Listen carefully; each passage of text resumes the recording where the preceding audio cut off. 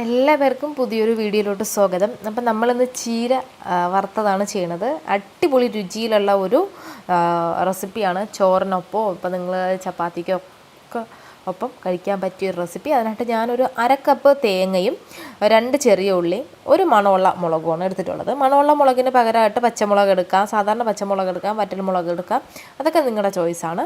ഇവിടെ ഞാൻ ചീരയില, അത്യാവശ്യം വലിപ്പമുള്ള ചീരയിലയാണ് ഞാൻ എടുത്തിട്ടുള്ളത്. ഞാൻ നന്നായിട്ട് കഴുകി ഒന്നെടുത്ത് വെച്ചിട്ടുണ്ട്. അപ്പോൾ നമ്മൾ നേരത്തെ തയ്യാറാക്കിയ ആ തേങ്ങേനെ നമ്മൾ മിക്സിയിലിട്ട് ഒന്ന് ചമ്മന്തിക്കൊന്ന് ചതക്കുന്ന മാതിരി ഒന്ന് ഇതാക്കി എടുക്കുക. എന്നിട്ട് അതിൽ നിന്ന് കുറച്ചെടുത്തിട്ട് നമ്മൾ ചീരയിലയുടെ സെൻറ്ററിലായിട്ട് ഇതുപോലെ വെച്ച് കൊടുക്കണം. അപ്പോൾ നിങ്ങൾക്ക് എത്ര ക്വാണ്ടിറ്റി വേണോ അതിനനുസരിച്ച് എടുത്ത് വെച്ച് കൊടുക്കുക. എന്നിട്ട് ഈ 2 ഭാഗവും ഇതുപോലെ ഒന്ന് മടക്കി കൊടുക്കണം. എന്നാൽ കണ്ടല്ലോ, അതുപോലെ 2 ഭാഗവും മടക്കി ഒന്ന് കൊടുത്തതിന് ശേഷം ചീരയിൽ അതിനകത്ത് തന്നെ ഇരുന്നോളും. ചമ്മന്തി അതിനകത്ത് തന്നെ ഇരുന്നോളും. ഈ ചീരയിലെ മുകൾ ഭാഗത്തു നിന്ന് താഴോട്ട് ഈ തണ്ടിൻ്റെ ഭാഗത്തോട്ട് ഇതുപോലെ ഒന്ന് ഫോൾഡ് ചെയ്ത് കൊടുക്കണം. കണ്ടല്ലോ, ഇതുപോലെ ഒന്ന് ഫോൾഡ് ചെയ്ത് എടുക്കുക. അപ്പോൾ ഇതൊന്നും പുറത്ത് പോവുകയൊന്നുമില്ല, അതതുപോലെ തന്നെ ഇരുന്നോളും.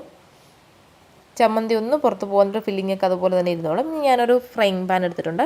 അതിലോട്ട് കുറച്ച് ഓയിൽ, വറുക്കാനായിട്ട് ആവശ്യത്തിനുള്ള ഓയിൽ, ഒരുപാട് ഓയിലിൻ്റെ ആവശ്യമില്ല, ജസ്റ്റ് ഒന്ന് ഷാലോ ഫ്രൈ ചെയ്തെടുത്താൽ മതി. അതിനാവശ്യത്തിനുള്ള ഓയിൽ ഒഴിച്ച് കൊടുത്തതിന് ശേഷം നമ്മൾ തയ്യാറാക്കി വെച്ച നമ്മുടെ ചീരയിലകളെല്ലാം നമുക്ക് ഓയിലോട്ട് ആ തണ്ടിൻ്റെ ഭാഗം അടിയിൽ വരുന്ന രീതിയിൽ വയ്ക്കുക. ഇതാ കണ്ടല്ലോ, ഇത് അടിയിൽ വരുന്ന രീതിയിൽ വയ്ക്കുക.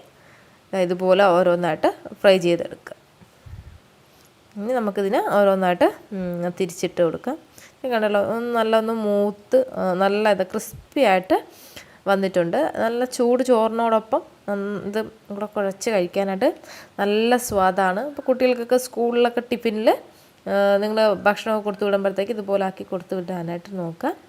അപ്പോൾ എല്ലാവരും ഇതുപോലെ ഒന്ന് ട്രൈ ചെയ്ത് നോക്കുക. നോക്കിയിട്ട് നിങ്ങളുടെ അഭിപ്രായങ്ങളെല്ലാം പറയണം. അപ്പോൾ നമുക്ക് നല്ല നല്ല വീഡിയോസുമായിട്ട് വീണ്ടും കാണാം. എല്ലാവരും ഉറപ്പായിട്ട് അത് ട്രൈ ചെയ്ത് നോക്കുക. ഒരു വെറൈറ്റി ആയിട്ടുള്ളൊരു റെസിപ്പിയാണ്. അപ്പം ഗസ്റ്റൊക്കെ വരുമ്പോഴത്തേക്ക് ഒരു പ്രാവശ്യം ഇതുപോലെ ഒന്ന് ട്രൈ ചെയ്ത് നോക്കിയിട്ട് അവരുടെ ഫീഡ്ബാക്സൊക്കെ എന്തെന്ന് നോക്കുക. അപ്പം നമുക്ക് പുതിയ പുതിയ വീഡിയോസായിട്ട് വീണ്ടും കാണാം.